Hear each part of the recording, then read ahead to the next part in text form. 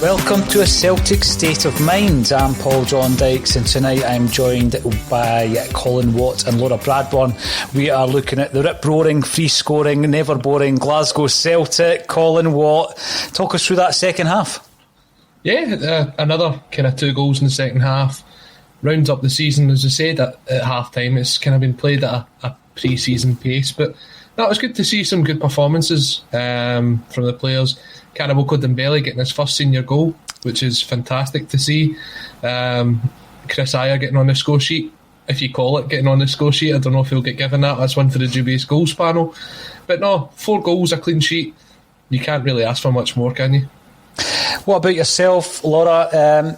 It's one of these ones. Before the game, we know that St Johnstone have got a lot to play for because they want to claim a place in the cup final side. But is that not more doing to the fact that Celtic were pretty good? Yeah, I mean, I was probably a little bit harsh in the first half, saying that, you know, because of the pace that we were playing at, was maybe lending more to our strengths. But I think we took full advantage of it, and it was encouraging to see the way that we played. I think with the time on the ball and with the space that we had, you know, the abilities of the players that we have that haven't always been available to see all season were on full display. So it was an encouraging win.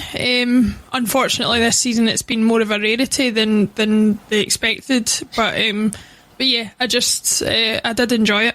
Thank you, McGrory, for letting us know that Bruni has just shown where he's from. He's a Fifer. He's just swore live on Celtic TV.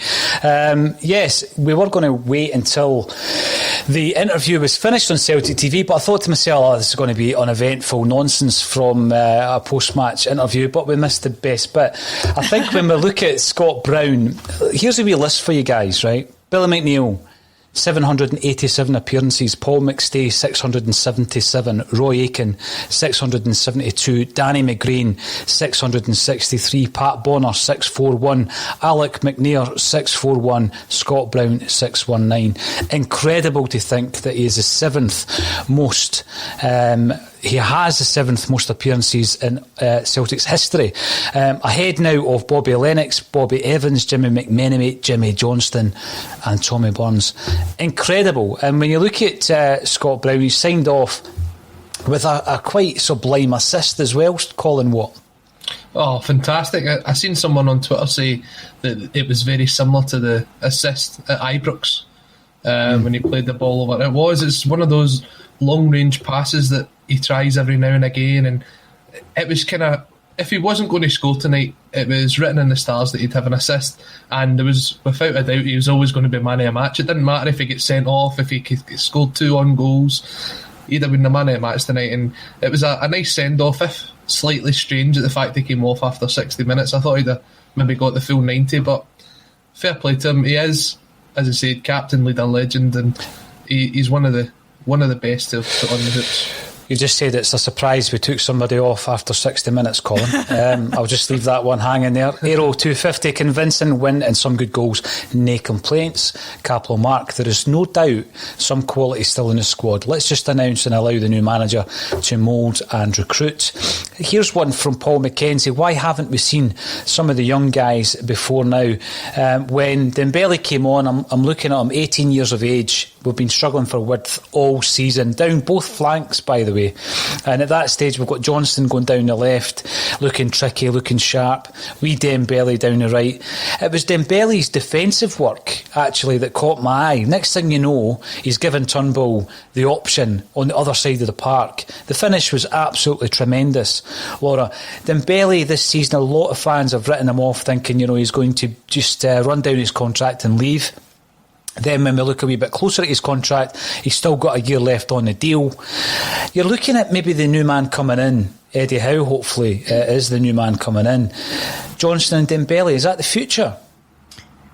I mean, Johnston I'm not so sure about. I think he's had more of an opportunity and maybe hasn't cemented his place. What I don't get about the whole Dembele thing is I can't remember the last time he came on in any of the few appearances that he's actually had a chance to make and hasn't had some kind of an impact. I don't know what more he's supposed to do to get his opportunity in the first team.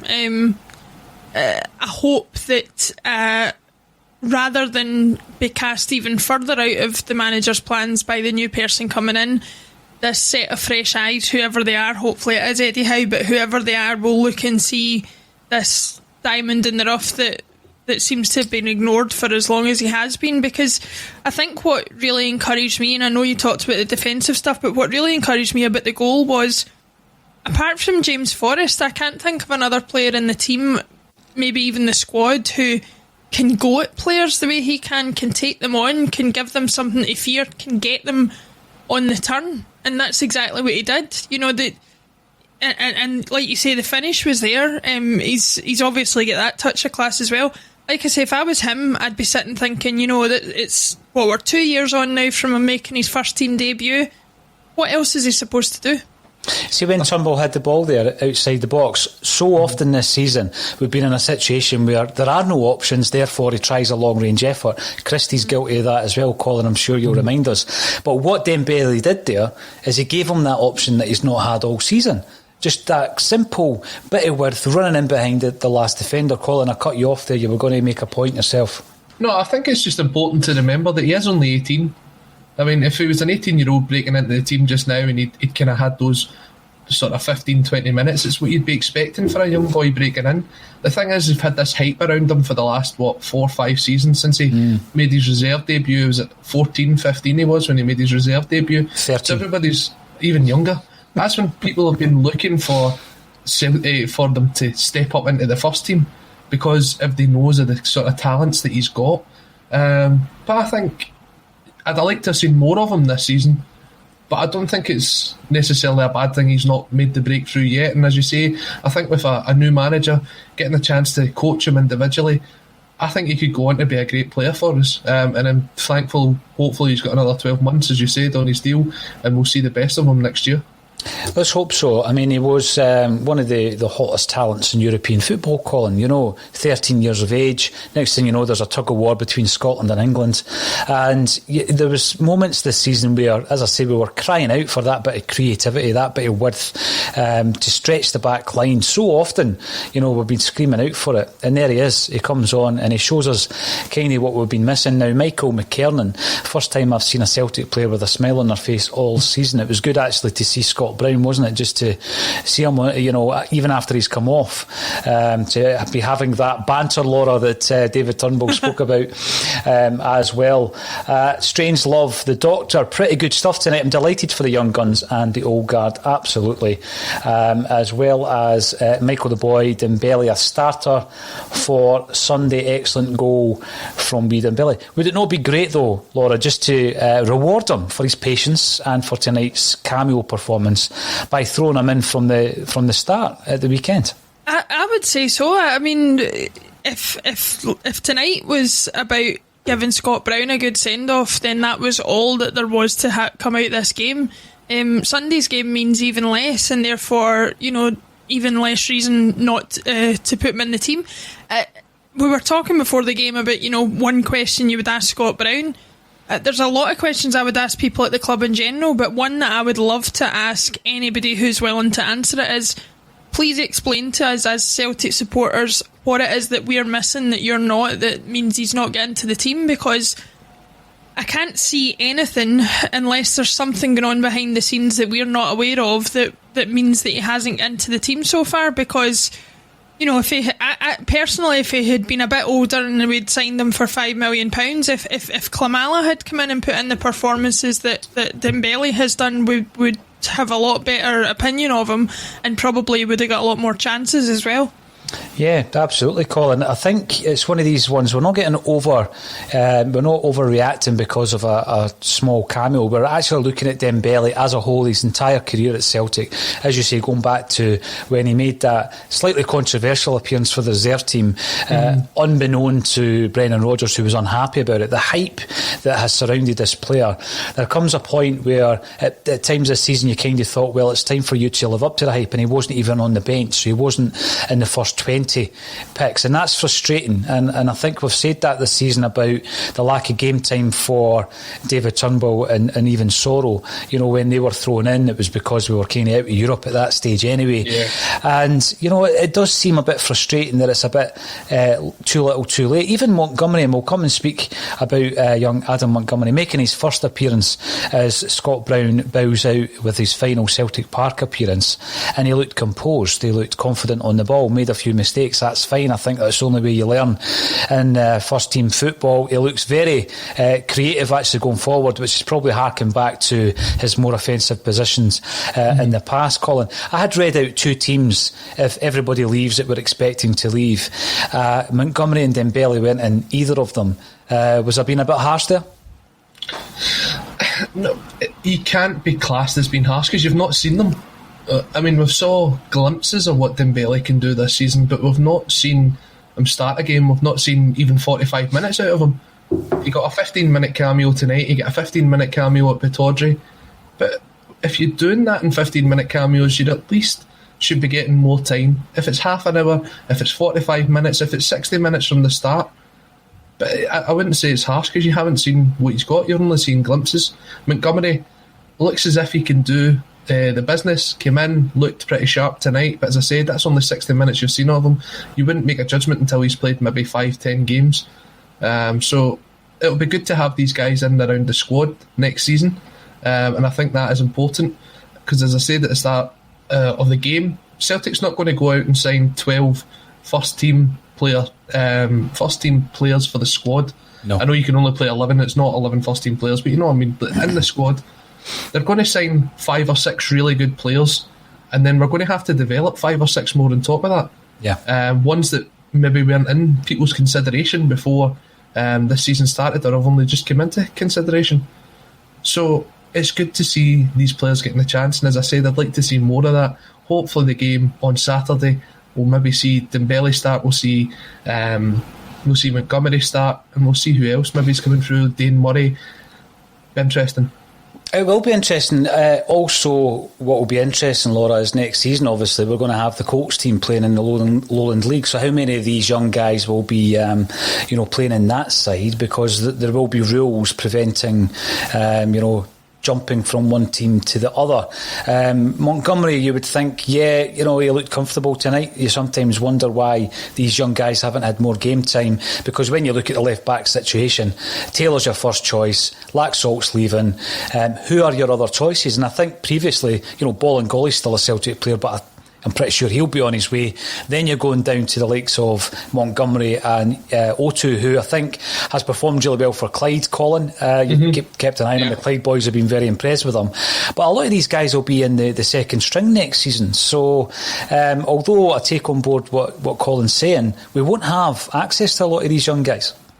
No, and I think that's right. From my understanding in the rules, where I think if you play something like 5 games or you make 5 appearances for the first team, you won't be able to be used by the Colts team. So that'll work in the opposite way as well, where they'll be reluctant to pull any players from the Colts team into the first team in case they can't then use them later on in the season.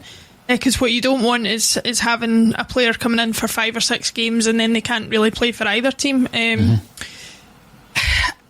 I'm just a bit concerned about the Colts thing in general, because I think somebody like Montgomery, with all due respect to the Lowland League, already looked like he was handling himself well enough tonight that the Lowland League, for all the benefit that it might give him, is probably a level below where he should be. And I still think that there's an argument to be made that, putting aside the discussions that have been had this week about the benefits for the rest of Scottish football of having the Colts team there, looking at the players individually, I still think they would benefit more from going to another, team where they can get first team games, going on loan to the Championship or some of the lower football leagues, because I think it's not going to really benefit them to be playing against what, in all intents and purposes, are part-time teams. I think, sorry Paul, I was just going to say, I don't think we'll see a lot of who you would class as the reserve team playing for the Colts next season. I think that'll be a challenge for the 18s. I think that'll be ones that you see playing under 18s, under 19s football that will make that step up. I still think those that will be at the club, because there is always a sort of high turnover when it comes to the reserves in the summer. The ones that stay will probably either be involved in the first team or out on loan, as Laura was saying. But I can see guys like Vincent Angelini making the step up. Rudy Vata's boy, I think 16 or 17. Things like that would be a good challenge for the 17 and 18-year-olds to play at that sort of level. Whereas I still think your Cairn McInroys, your Scott Robertsons, if they're not involved, they'll probably go out to, as Laura's saying, a championship side, maybe a League 1 or League 2 side down south. I noticed there that on 63 minutes when Eddie and Moy both missed gilt-edged chances one after the other, Jerry McCulloch said, how on earth did that one stay out? And I just thought, there's so many commentators' cliches, it's unbelievable in football, and Colin's just used one there where you refer to a player as though there's two of them, so you're Cairn McInroys and you're Adam Montgomery's. It's such a football thing that, I mean, there is only one Cairn McInroy rather than there being two. Sorry, I'm just picking holes in what you're saying there, Colin. But Jim Orr, when we first started speaking about the Colts many months ago, actually, Jim Orr came up and said, I'm not sure about the level. I really am not sure if they're going to improve at that level. My argument was, well, surely the competitive footballs play better than playing against other 17 or 18-year-olds. Is that a big concern for you? Because there's another argument, and this would be almost impossible when you see the furore around getting them into the Lowland League. The other argument, of course, was the bottom two divisions, League 1 and League 2, become regionalised, and then a lot more of the Premier League sides put in Colts teams, your Dundee Uniteds, your Aberdeens.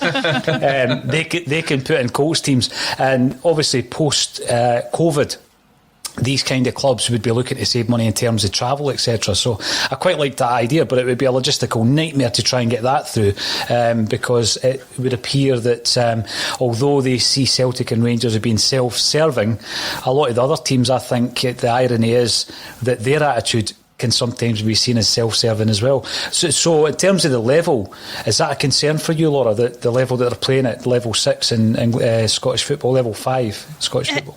It is, because my understanding of that level of football, and I'm more than happy for Amy Canavan to jump in and correct me on this, because she's got a lot more knowledge of it than me, but you're not dealing with playing against other professional players at that level. A lot of them are playing on a part-time basis, are not, athletes by any stretch of the imagination, and so actually are you of more benefit playing against other 17, 18-year-olds whose full focus is football and who will maybe have more ability than the people that you are playing against? Because I feel a little bit like, the argument that's been put forward for the benefit of what these Colts players are going to have is that they're going to be playing against real men who are physical and who are this and that they won't get.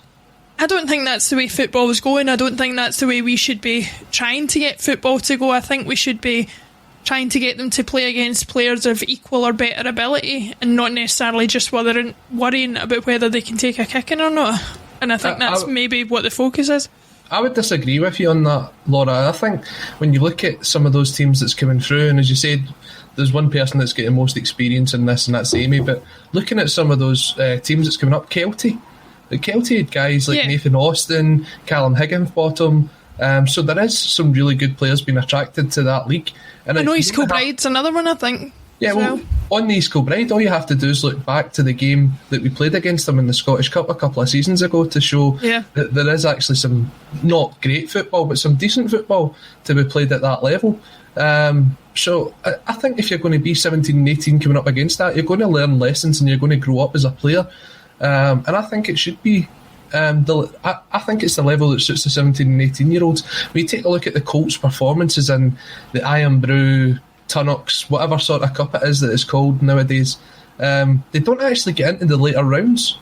They maybe get past one or two of the League 1 and League 2 sides, but then they kind of crash out of the competition. If that was our level, we would be in the semi-finals and the finals of that competition, but they're not. So I think that level is the right level for them to come into, and I'm actually quite excited to see some of the games. So Brian Murphy comes in on YouTube to say, how do we persuade young Dembele to stay? Lennon leaving him to rot all season means he is likely to leave. Word that we got at ACSOM was that he was actually, and I'm not making this up, Colin, before you start, he was offered a loan deal to Queen's Park prior to Luke O'Connell going there. And, Dembele's attitude at that point was he had seen some of his contemporaries going to clubs like Bayern Munich on permanent deals, and he refused to go to Queen's Park. And because of that, he disappeared from view, and he wasn't part of the 20-man squad for some time. And I do feel, on the one hand, you've got to put players in their place at times if they are getting above their station, Colin, but not to the detriment of your own team and not to the detriment of the player's long-term career. And I think that, I would have expected more of a contribution this season from young Dembele. Yeah, definitely. As you said, if that's the reason why he wasn't involved in the squads, it's not the best way to handle the situation. But then again, Celtic do have a kind of history of not handling situations like that in the best way. I mean, take a look at Mikey Johnson when he came off against St Johnstone and the way that Neil Lennon reacted to him. Do you know what I mean? So I'm not surprised, but it's good to see him back in amongst the squad. And if he has got that 12-month contract that seems to be the story, then with a new manager, clean slate, we'll see what we can get out of him next year. And maybe if he plays 10, 12 games, then he'll look to sign a longer term deal.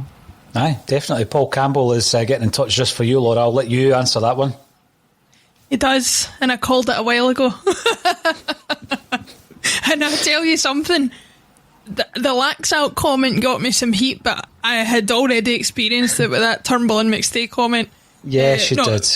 But honestly, I mean, obviously I have no right saying too much about Paul McStay. I was a child when he was, even in the later years of his career, he was more my big brother's hero than mine. But, even if it's not necessarily in terms of exact style of player, I think David Turnbull just excites me so much about being a young player that we can build the team around.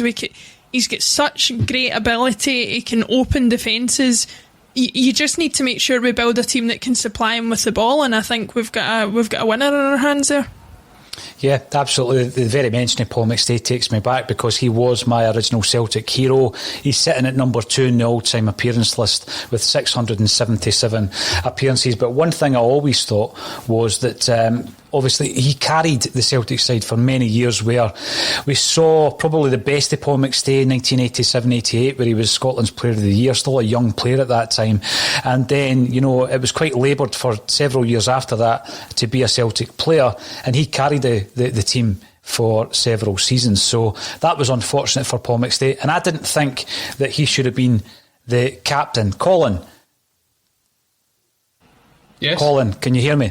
Yes, I can hear you. the captain's armband did a little round robin today. It went from Scott Brown to James Forrest and then onto the arm of Chris Ayer. So there was a bit of a link there. It just went a bit quiet, so I was wondering if you were still with us. Chris Ayer got the captain's armband. I've been suggesting that he is a natural born leader. Is there any way we can go into the new season with Chris Ayer still at the club? I mean, he's someone that, some Celtic fans don't think he's a defender. Our very own Lawrence Conley thinks that he should be utilised at right back. Other people reckon that he'd be better just in front of the defence. One way or another, I think he's one of our best players, and I think that when you win a Players' Player of the Year, and it shows you the respect that your performances are held in with your colleagues, with your contemporaries, that says a lot for me. And I think that there is a leadership quality in Chris Ayer. I've already written off Eddie, as has most Celtic fans, and Ryan Christie. Can we keep Chris Ayer at the club?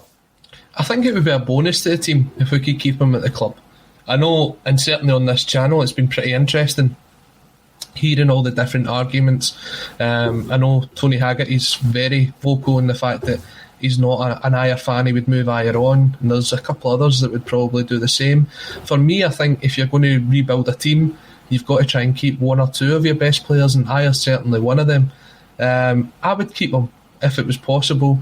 I think he'll probably want to make the next move depending on his career, but it'll all depend on who's interested in him. If you go back to last summer, he had the chance to potentially go to AC Milan if the bid had came in.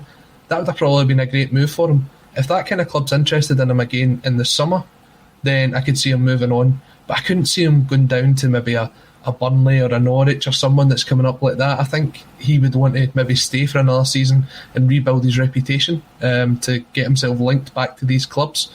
But yeah, it's a sad thought when you think on it, that there's probably quite a few players out there that have played their last game for Celtic at Celtic Park, and there was nobody really there to see it. It wasn't just Scott Brown, it could be Odsonne Edouard, could be Chris Aya, could be Ryan Christie, could be a couple others. It's definitely John Joe Kenny's. But it is quite sad that there was nothing there.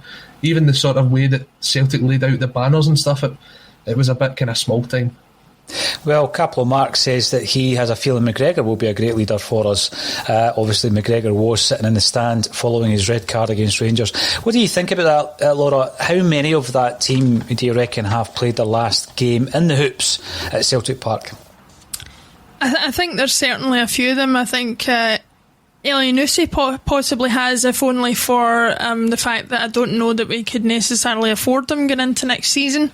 John Joe Kenny hopefully has. Ayer, as far as I'm concerned, I'm more on Tony's side as far as rating him as a defender, where I think he could play better. I think he was a bit of a revelation earlier in the season when he had to be used at right back. I actually think he's a much better player when he has less defensive responsibilities.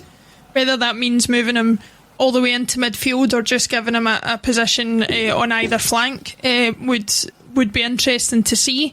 Having said that, with the calibre of clubs you're talking about, looking at him, especially with AC Milan being one of them, if they come in, I think you're going to find it very hard to keep a hold of him. As far as that last comment goes about McGregor being a great leader for us, it's an interesting thought, because I think everybody said, no, he's not a leader and he's not captain material and whatever. That's I guess, if you are looking at it from the point of view of trying to get Scott Brown 2.0, which you're never going to do.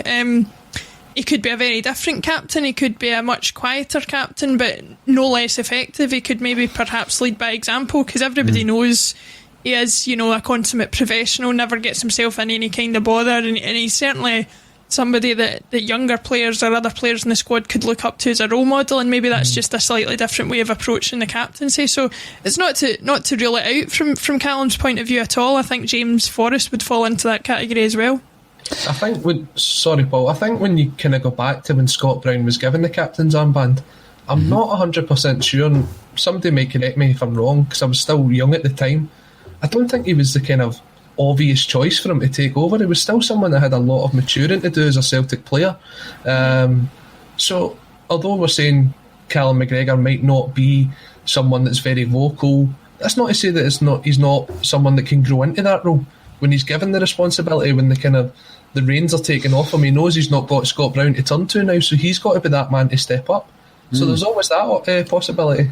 It's a good point. I think you're absolutely right, actually, Colin, because I vividly remember, and it was Tony Mowbray that gave Scott Brown the captaincy. It wasn't Neil Lennon, as was claimed earlier on today on ACSOM. It was definitely Tony Mowbray. But I think when he was given it, we were kind of surprised, but there weren't that many natural leaders in the side at that time. I think that was maybe one of the problems at that particular point. And Tony Mowbray obviously seen something in Scott Brown. So there's two things Mowbray has done at Celtic, and the first one was to introduce the huddle, and the second one was to introduce the captaincy of Scott Brown. So well done, Big Mogga. Didn't work out as a manager for us, and he didn't play in the greatest of times or the greatest of teams when he was a player, but I'll always be fond of Tony Mowbray for some of the things that he did. Now Kevin Graham comes in to say, correct Colin.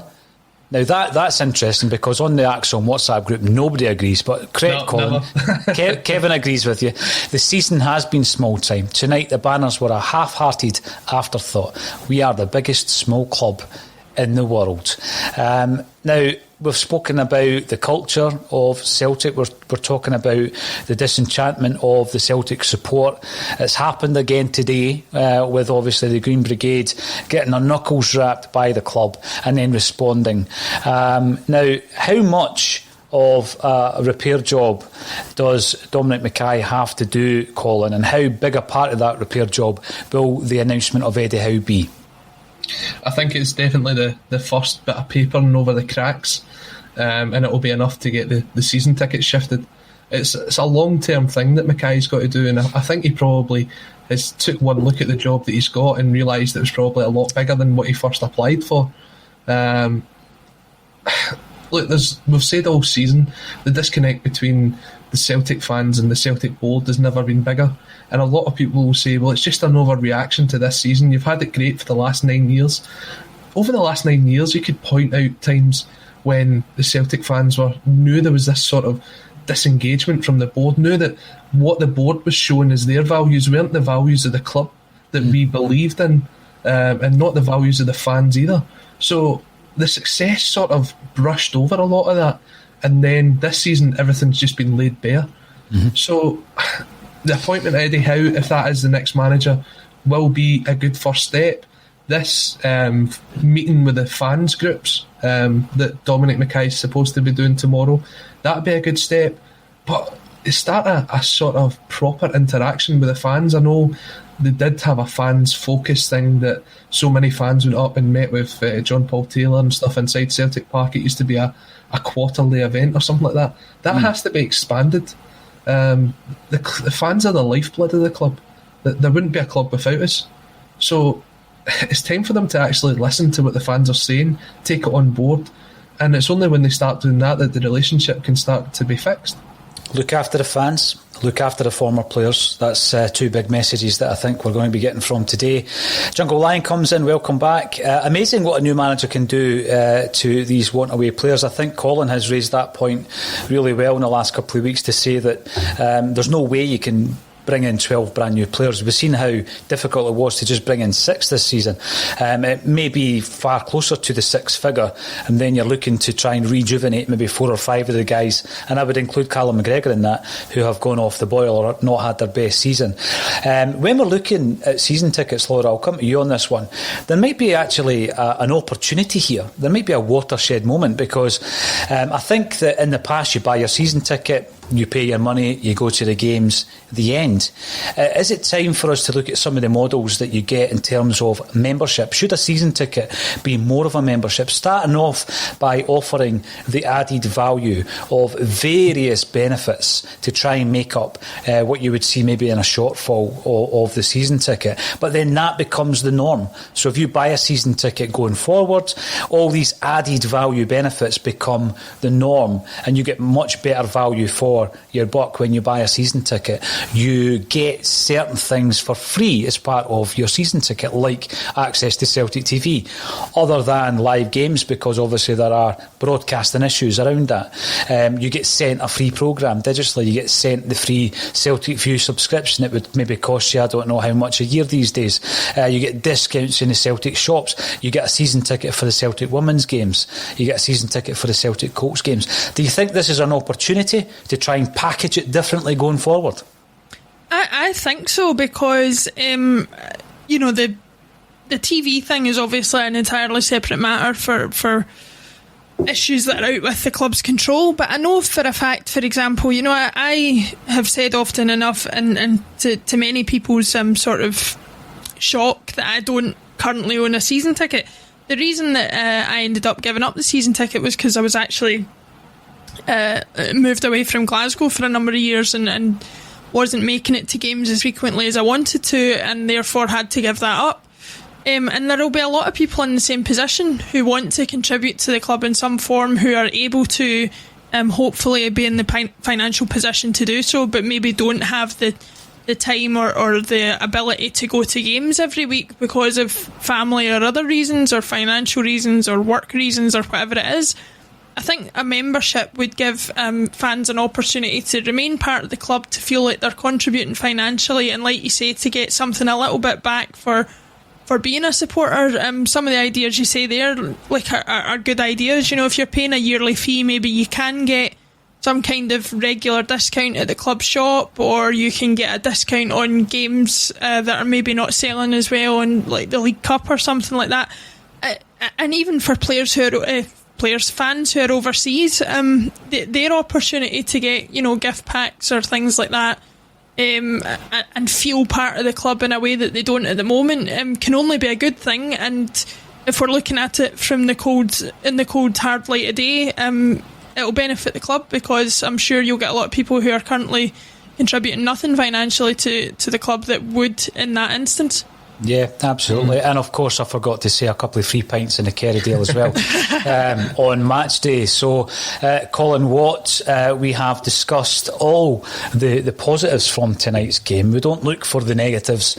We just comment on what we're seeing in front of us.